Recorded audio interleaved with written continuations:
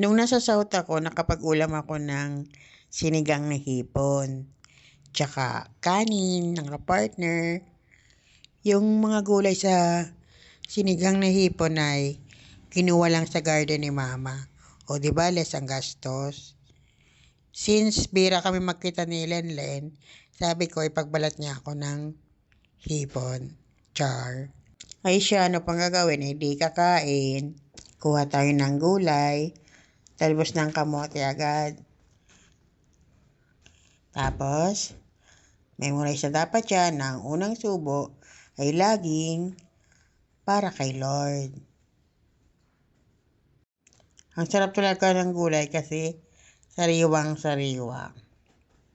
Siya, enjoy na natin ating pagkain.